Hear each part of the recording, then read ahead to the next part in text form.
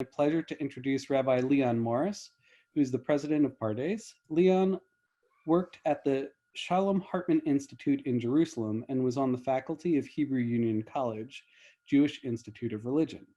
He made Aliyah with his wife Daisy Berkowitz and their 3 children in June 2014, after serving as the rabbi of Temple Adas Israel in Sag Harbor, New York. He was the founding director of the Skirball Center for Adult Jewish Learning at Temple Emmanuel, now the Temple Emmanuel Strickler Center in Manhattan. So without further ado, I'm going to hand it off to Rabbi Leon Morris and mute all presenters so we can go through to chat. Great, thank you so much, Matt. If you can hear me okay, because I'm using a new headset, just give me a thumbs up. Okay, great. I'm so happy to be here, and I love Limmud. I've loved Limmud for years, and my wife and I were very involved in getting Limmud New York off the ground. And I just want to say kol hakavod to Limmud North America for organizing something like this on this scale so quickly. And it's just great to be with you. I want to explore with you, I'm going to keep saying this evening, but this afternoon or this morning, it's 7 p.m. in Jerusalem. I want to explore with you today what I think is an inevitable tension for many of us, which is probably a healthy tension, but it's a tension that I could describe in a number of ways. How do I foster a deeper relationship with an inherited tradition?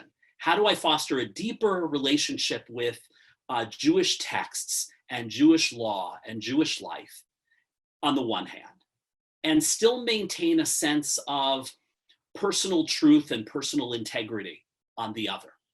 Another way to maybe ask this question is, how do I shape my Judaism? How much of my Judaism is the Judaism piece, and how much of my Judaism is the my piece? What is the room for my own sense of truth and integrity when I want to be part of a civilization with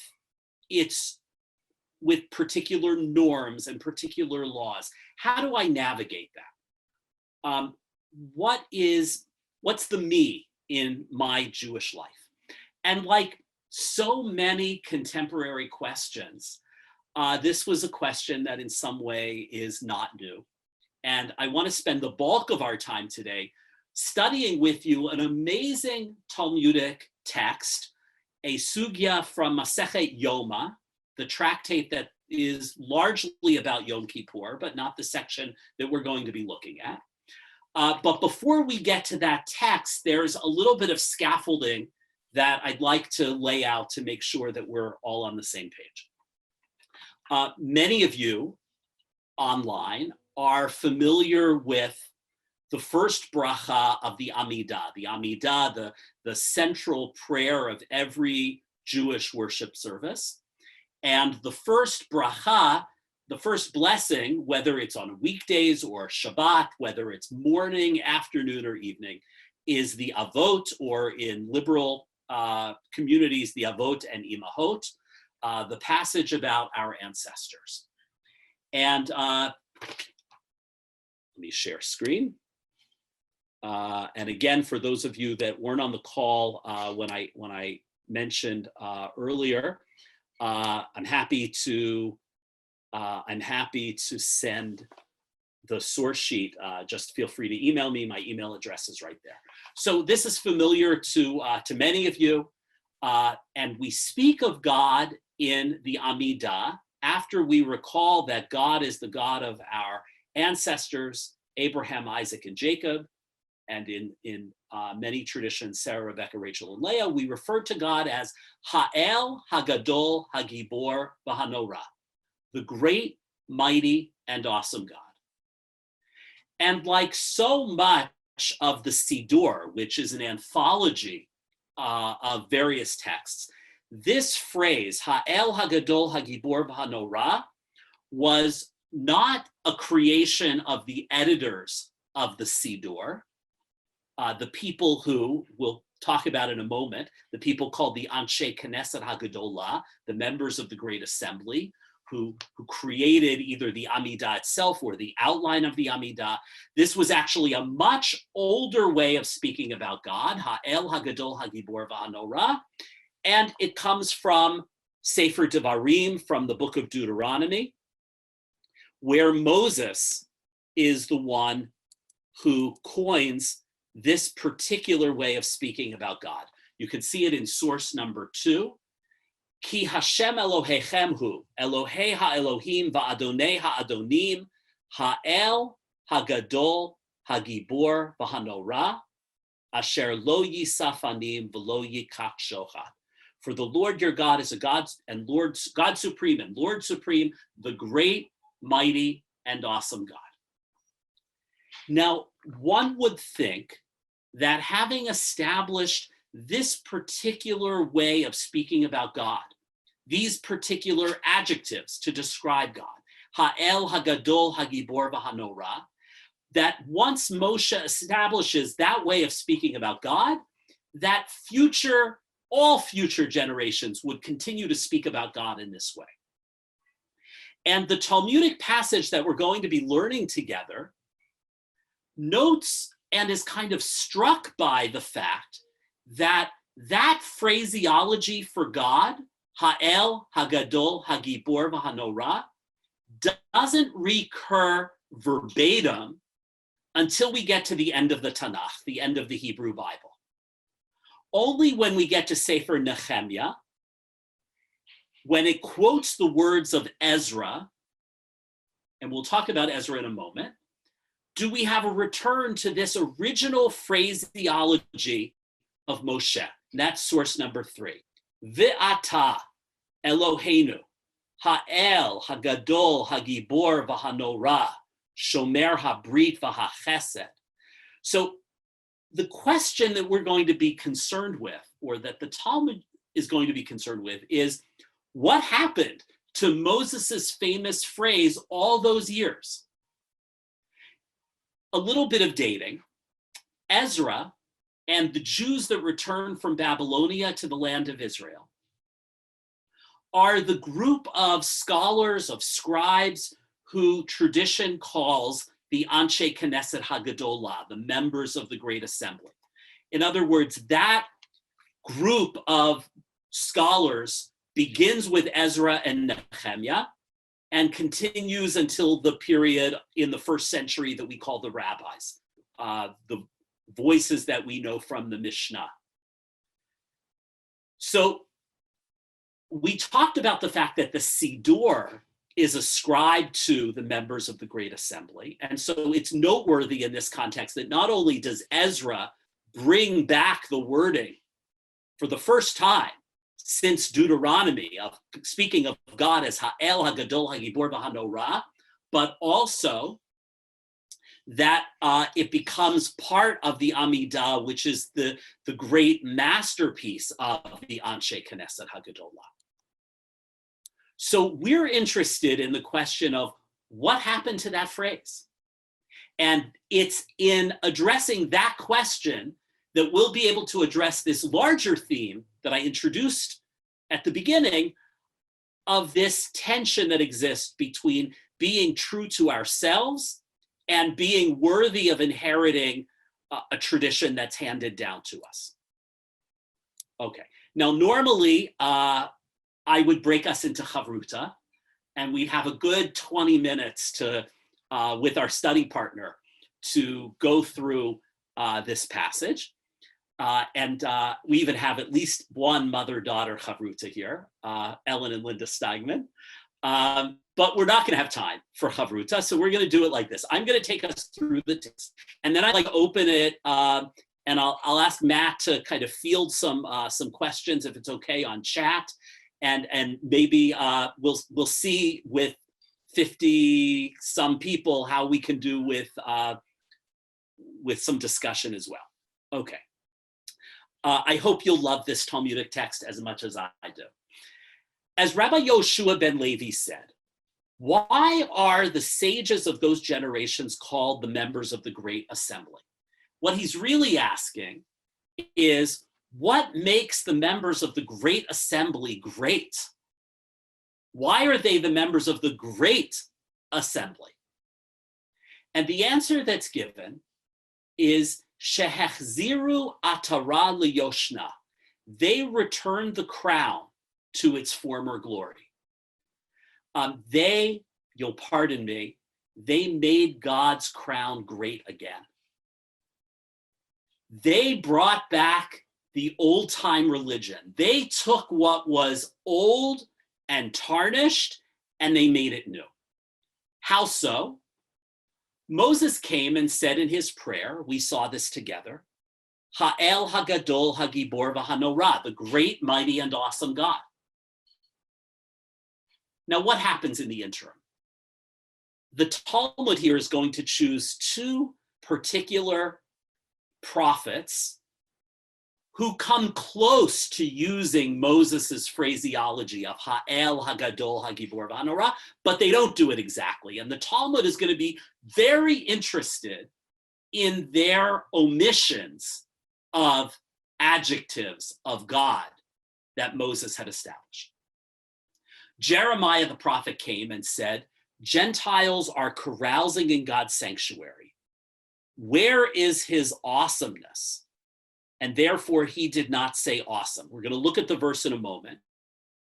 Jeremiah, Yirmiyahu, is the prophet who straddles the destruction of the temple and the conquering of Jerusalem, the beginning of the Babylonian exile. He prophesies about it, it happens, and then he goes with the people of Israel into exile. So I'll come back to the Talmudic text in a moment, but just look at the verse from Yirmiyahu, from Jeremiah.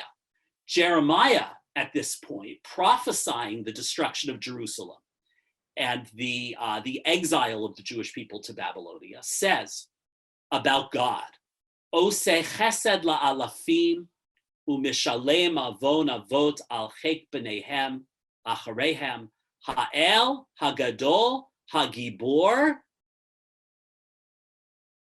Adonai Tzavaot Shemo.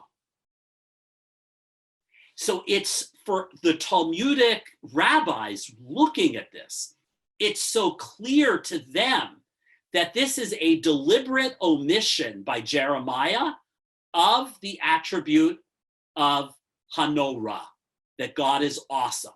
That Jeremiah says Ha'el Hagadol Hagibor, but he leaves out Hanorah. Let's go back to the Talmudic passage. Daniel came. Now, Daniel's living in Babylonia. Daniel came and said, Gentiles are enslaving God's children. Where is God's might? And therefore, he did not say mighty in his prayer. So let's just look at Daniel's in context. Chapter 9, verse 4. This is source number 6. Ve'et palala l'Adonai Elohei ve'et vada va'amra ana Adonai ha'el hagadol ve'hanora shomer habrit v'hachesed lo ahavav u'leshomrei mitzvotav. I prayed to the Lord my God, making confession thus, O Lord, great and awesome God. And again, the rabbis of the Talmud are hearing this and they're saying, but what about the word mighty, Hagibor? Hagadol, yes. Hanorah, yes, but not Hagibor. Now, both Daniel and Jeremiah in this passage, in the Talmudic passage, are providing a context for why they left out an adjective of God that Moshe himself established. Right? They're looking at their reality. And essentially the Talmud is arguing Jeremiah looked at the imminent destruction of Jerusalem and he said, I can't say Hanorah. How can I say that God is awesome? And Daniel, living in exile in Babylonia, says, how can I say God is mighty when we're here and the Jewish people are enslaved? Now, before we even continue with the Talmudic passage, we can already see what's happening, which makes this such an amazing passage. is that the rabbis of the Talmud are going to back themselves into a corner. They're going to put themselves in a very difficult position, because on the one hand, they're saying the members of the Great Assembly were great because they restored God's crown. They brought back the original wording. That's a good thing. It's a great thing. That's why they're called great. That's what we want. We want the original wording of Moses. And why are they backing themselves into a corner? Because Daniel and Jeremiah are not schleppers. They are major prophets. And so they're going to have to defend Jeremiah and Daniel in some way and say, yes, but it's really great that we have that original language. So first they're going to argue, they're going to argue it in a particular way. And I'm going to ask you to just, if you can encapsulate their argument with Daniel and Jeremiah in one word. We'll take a little chat break in a moment. The members of the Great Assembly came and said, Adarabba, on the contrary, this is the might of God's might. In other words, they're saying, you, Daniel, think that God's not mighty because the Jews are enslaved in Babylonia? I'll tell you what mighty is. This is what makes God mighty. That God conquers God's inclination, in that God exercises patience toward the wicked. And here we can hear resonances of Pirkei Avot, right? Ezehu Gibor HaKovesh et Yitzro, the one who is mighty, the one who conquers his inclination. And here it's God is mighty because God is capable of keeping God's anger in check. That's what makes God mighty. God could have destroyed the Babylonians, and the fact that God didn't shows how mighty God is. And then we have another argument, this time focused on Jeremiah's word of Hanorah. And Jeremiah, the members of the Great Assembly seem to be saying, you are saying you can't say that God is awesome because of what you're seeing. But if it were not for the awesomeness of the Holy One, blessed be he, how could one people survive among the nations? The rabbis here are saying, Jeremiah, the fact that we're still here, the fact that we survived exile is testimony to God's awesomeness. Now, if you had to characterize their rebuttal to Jeremiah and to Daniel, how would you characterize it? And now I seem to have lost okay, there's the chat. Okay, so let's just see. Insistent, okay? How else might we? Chutzpah, in other words, Neely, that the rabbis are saying, what chutzpah you had, Jeremiah and Daniel, in leaving out those words. Justification, defensive, after the fact, rationalization, honest. Okay, beautiful, beautiful. I was thinking, I think these are all great answers. Anthropomorphic. I think these are all great answers. I would want to offer one more, which is perspective. That I think the rabbis are saying, you know, Jeremiah and Daniel, it depends how you look at it. It depends what the meaning of mighty is. It depends what the meaning of awesome is. You're living in exile and you say that God is not awesome, but the fact that we're here, now the rabbis have the advantage of having survived that exile and being the descendants of those who were able to create a Judaism that could survive the exile. But I think it's, in part, it's a question of perspective. Now's where it gets really interesting, and I think very much relates to our subject at hand, because of the corner, as I had said earlier, that they've kind of backed themselves out of. Now they're arguing with Jeremiah and Daniel, but ultimately, they can't say that Jeremiah and Daniel did a terrible thing. So the Gemara asks, and the rabbis, Jeremiah and Daniel, they posthumously ordain them as rabbis. It's a little anachronistic. And the rabbis, Jeremiah and Daniel, how could they do this and uproot an ordinance instituted by Moses, the greatest teacher who instituted the mention of these attributes in the prayer? And this, I just think that this is the most exquisite Talmudic text.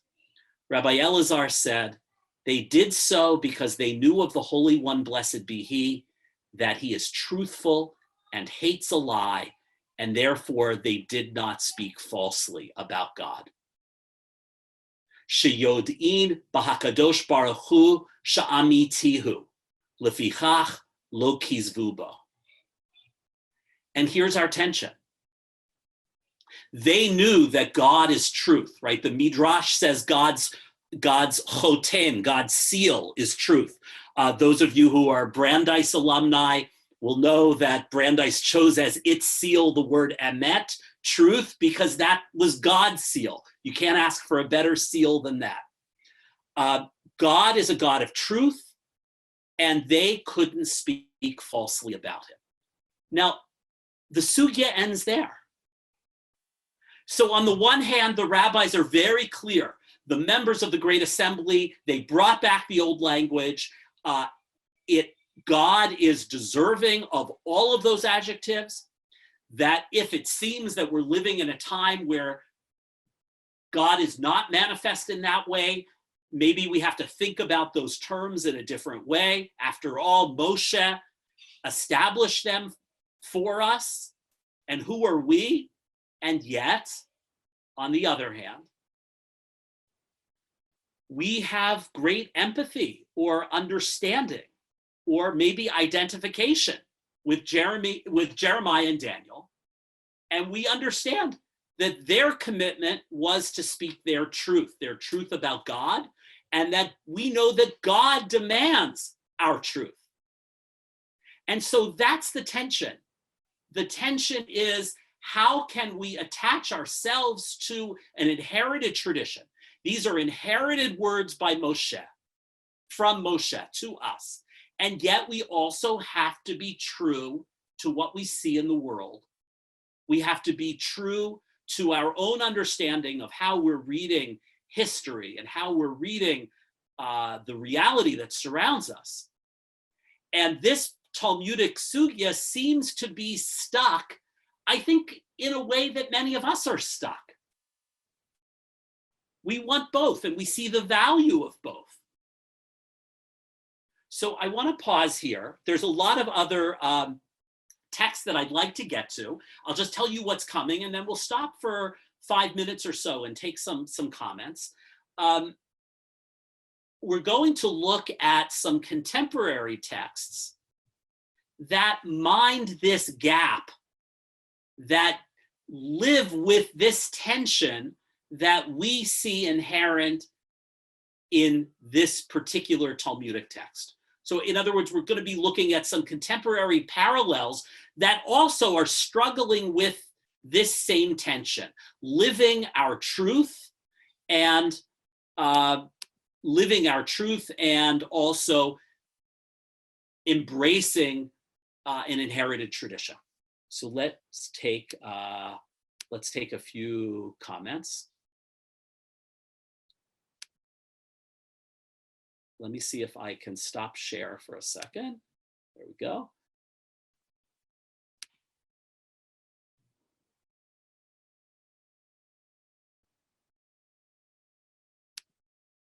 Okay, anybody want to jump in?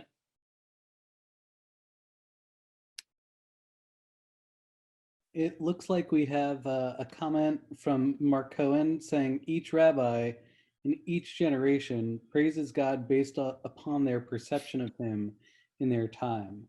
And Sandra replied, maybe that's the beauty of it all, that we can always find God's greatness even when we also see the not so great aspects.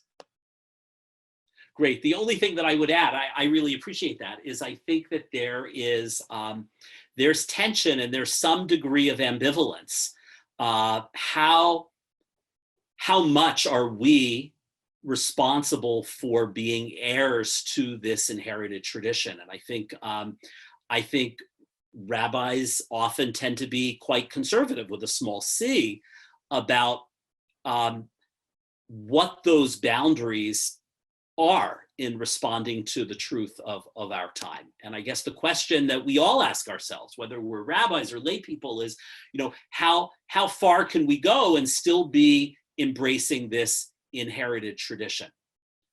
I see that Abigail is asking, how does this square with the book of Job? So Abigail, I need you to just say a few more words about. I would say I'm just, grappling with this. I'm not sure I have a real answer here, but I do think that there's a tension between sort of assuming that God is basically, there's some greater reason behind what's happening. I mean, even in the rabbi's comments where they say, basically God is being merciful in a way for holding back anger, but that's sort of the message of the book of Job, that there's, other things going on that we don't understand. So if the rabbis are saying it's actually appropriate to basically, criticize God in a way by withholding these adjectives, how is that consistent with the message of, basically we don't know what's going on? Right. It's a great comment. I think the rabbis in their initial response to Jeremiah and Daniel are a little bit more like the God is in the book of Job. You don't know, just a piece of what's going on. But I think Daniel and Jeremiah are doing a different kind of move. So there's a question from Nancy with respect to context. So what was happening at the time that the original words were restored? Were the Jewish people under Roman rule at that point? So also a great question. So the words are restored at a time when the Jewish people in its ancestral homeland is restored. And, in a way, what we have here is the way in which everybody's responding to their particular historical context. It's easier to bring back the old words when this old people has returned to its land. In a way, it's kind of like the rabbis understand that Jeremiah and Daniel are survivors, and they kind of get a pass. It's not an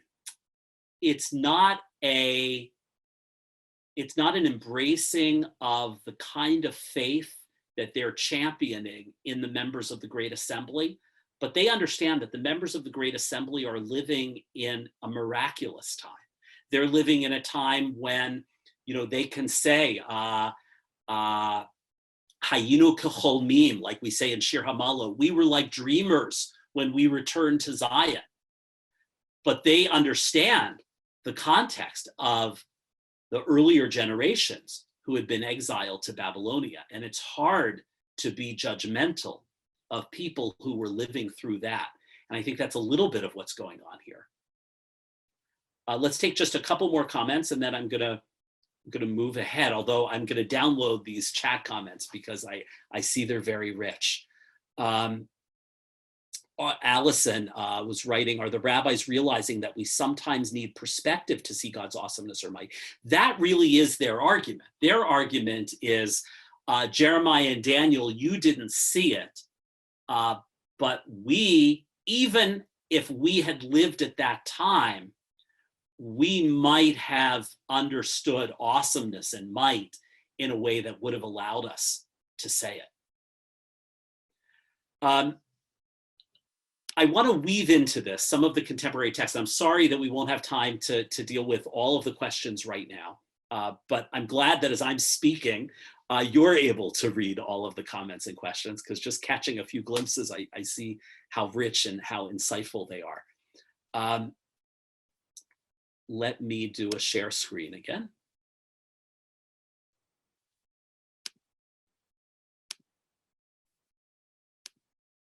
Okay.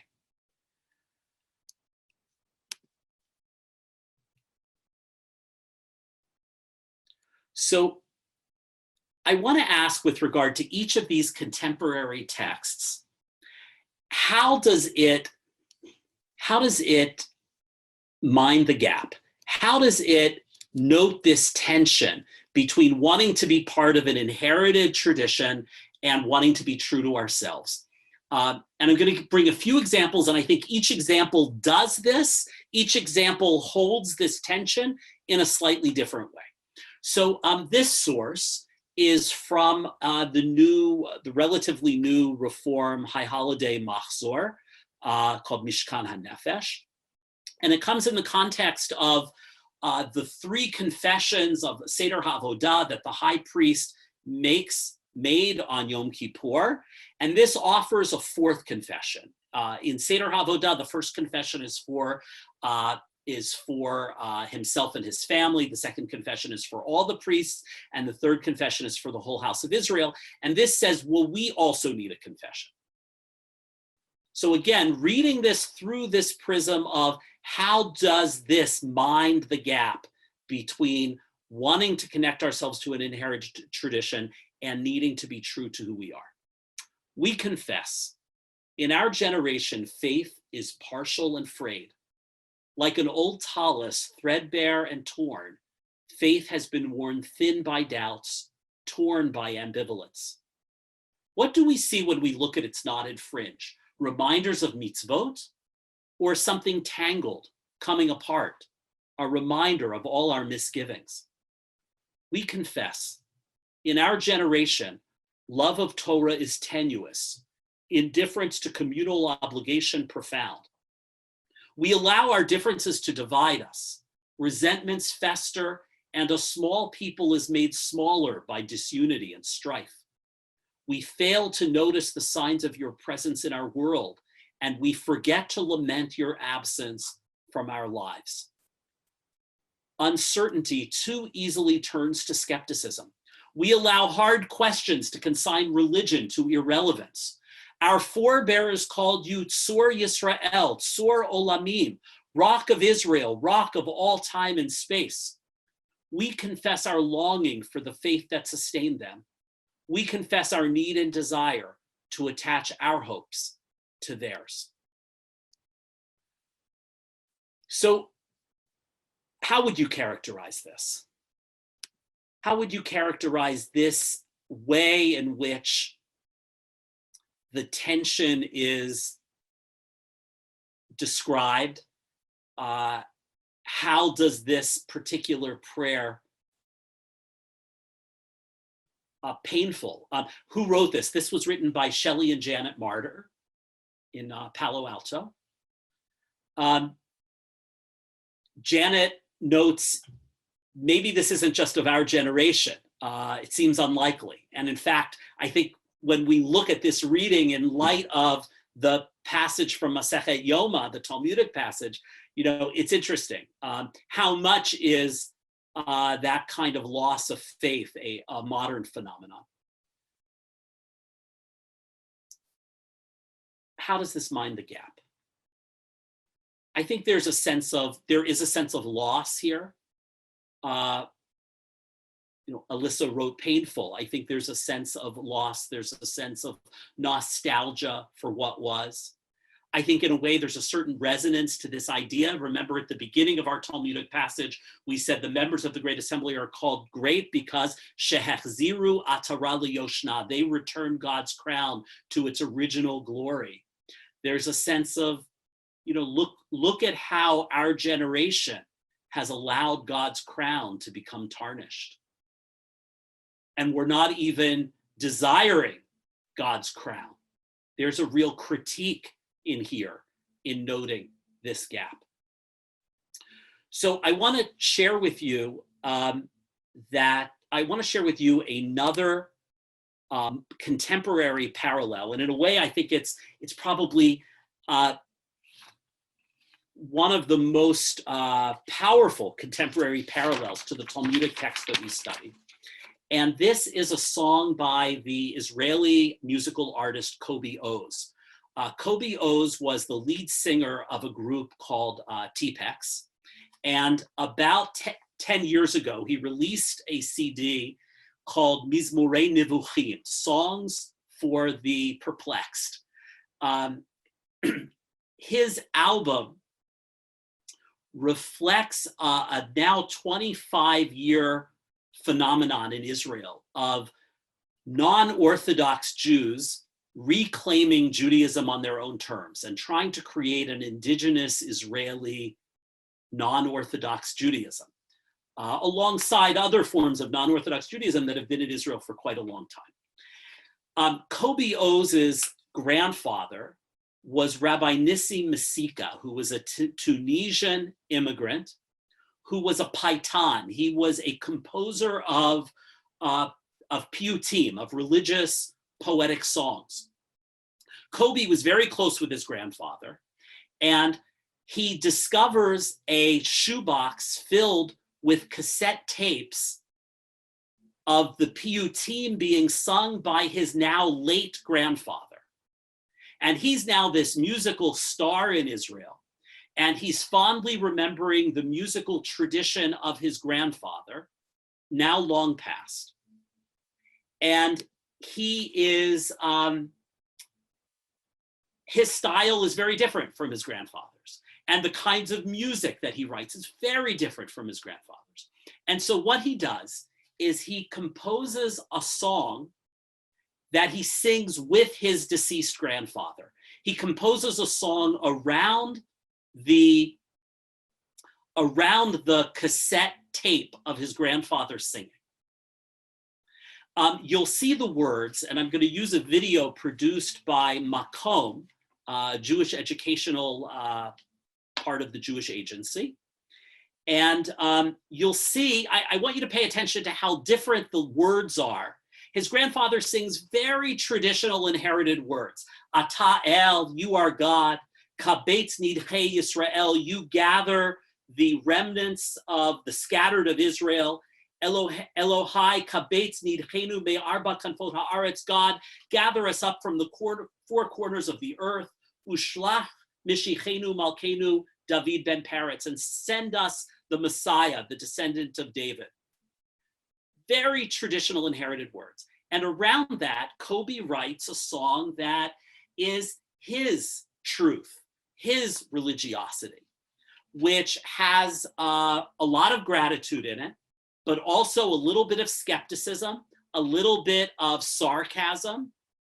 And I want you to pay attention also to the construction of the song. You'll hear Kobe's grandfather sing first, and then Kobe, and then his grandfather, and then Kobe. And only in the last few seconds of the song are they actually singing a duet together. And I want you to pay attention as well to who has the final word here. So this is Kobe Oz. It will be Kobe Oz, hold on. Sorry.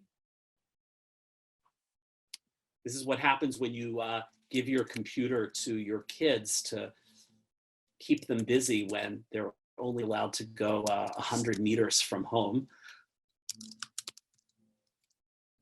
Okay, here we go. Thank you for your patience.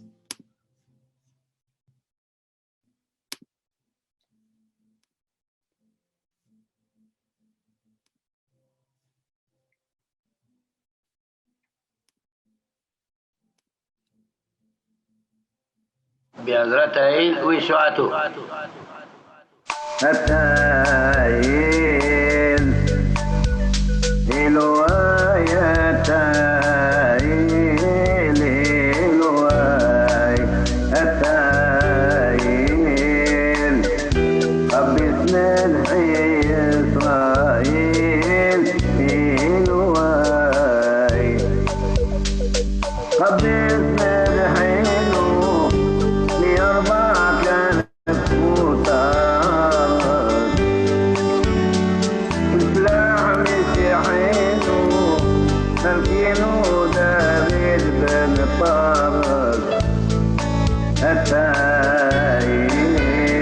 יש לי כל כך הרבה דברים לספר לך, ואתה הרי הכל יודע. יש לי הרבה בקשות לבקש ממך, אבל אתה הרי חפץ בטובתי. ממילא אני נותן לך חיוך קטן על כל דבר יפה שבו אני מבחין. מרשים אוהדים ואני קצת נבוך, אני לא יודע איך לקרוא לך אלוהים או אלוקים. יש לי המון תודות, תודות, תודות עומדות בתור מול דלתך, אבל תודות יוצאות לי קיץ'. יש לי מלא בקשות, בקשות, בקשות, בקשות לבקש ממך, למרות שאצלי בסך הכל בסדר. אלוהי, אם אתה שומע תפילתי, אולי אפשר למסור דש לסבא שלי. תגיד לו שהמתינות הספרדית שבה הוא דגל התחלפה בקנאות, קיצוניות, אבל למרות הכל הסובלנות רוכשת מתחת לפני השטח. תראה לאט לאט אנשים יוצאים מהמתח ורוצים בסך הכל להיות ביחד בבית הכנסת הגדול הזה שנקרא ארץ ישראל. פה כולם מוזמנים להביט אל השמיים, להתפלל לגשמים, לפחד מטילים. יש לי המון תודות, תודות, תודות עומדות בתור מול דלתך, אבל תודות יוצאות לי קיץ'. יש לי מלא בקשות, בקשות, בקשות, בקשות לבקש ממך, למרות שאצלי בסך הכל בסדר.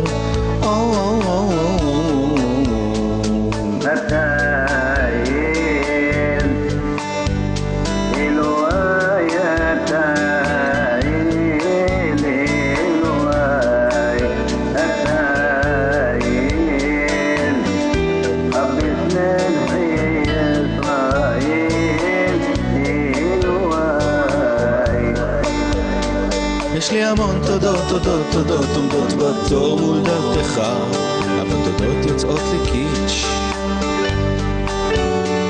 יש לי מלא בקשות, בקשות, בקשות, בקשות לבקש ממך, למרות שאצלי בסך הכל בסדר.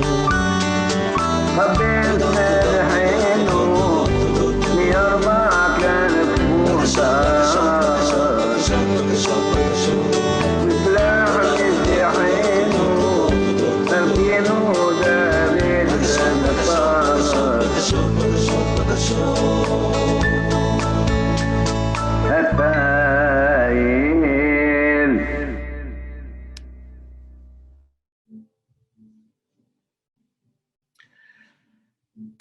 This is one second. Here you're going to hear the next song on the, there we go. Okay. This is an incredible, I think an incredible artistic work. We don't have a lot of time, and if we had more time, we could spend an hour just unpacking this. You'll note that Kobe's grandfather's singing in a decidedly Eastern musical mode, and his song is Western, mostly. There's a little bit of Eastern in there. And his dilemma is the dilemma of departing from the inherited words of tradition. His sentiment is there. He says, I have so many thank yous. I have so many things to be grateful for, but when I say them in my way, that is true to me, they come out as kitsch. They come out corny. That's a problem that one doesn't have with inherited language of the tradition. So one could ask Kobe, so just sing your grandfather's piyut. And Israel, over the last 20 years, has had numerous contemporary artists taking piyutim and performing them or setting them to new music, but he chose not to do that. And in choosing not to do it, it is kind of like a contemporary parallel to our Talmudic text.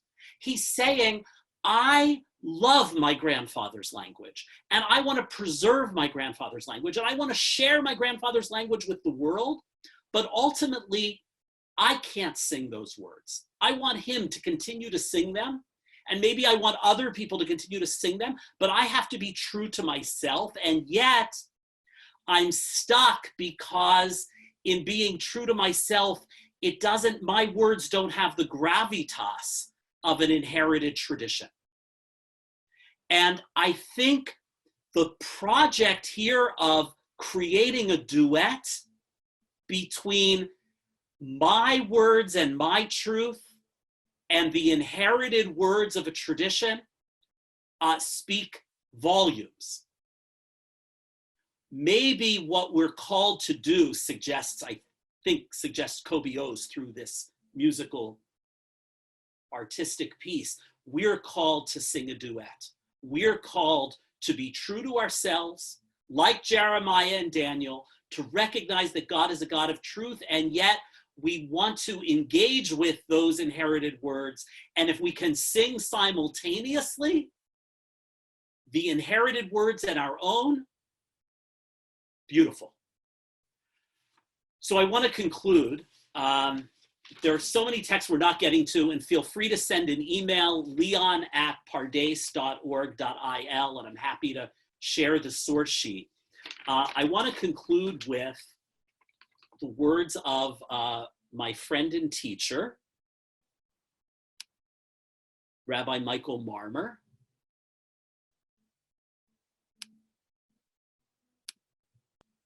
who will bring us back, the words will bring us back to our opening text of the Amidah, but not the part that we focused on, but the part that we skipped.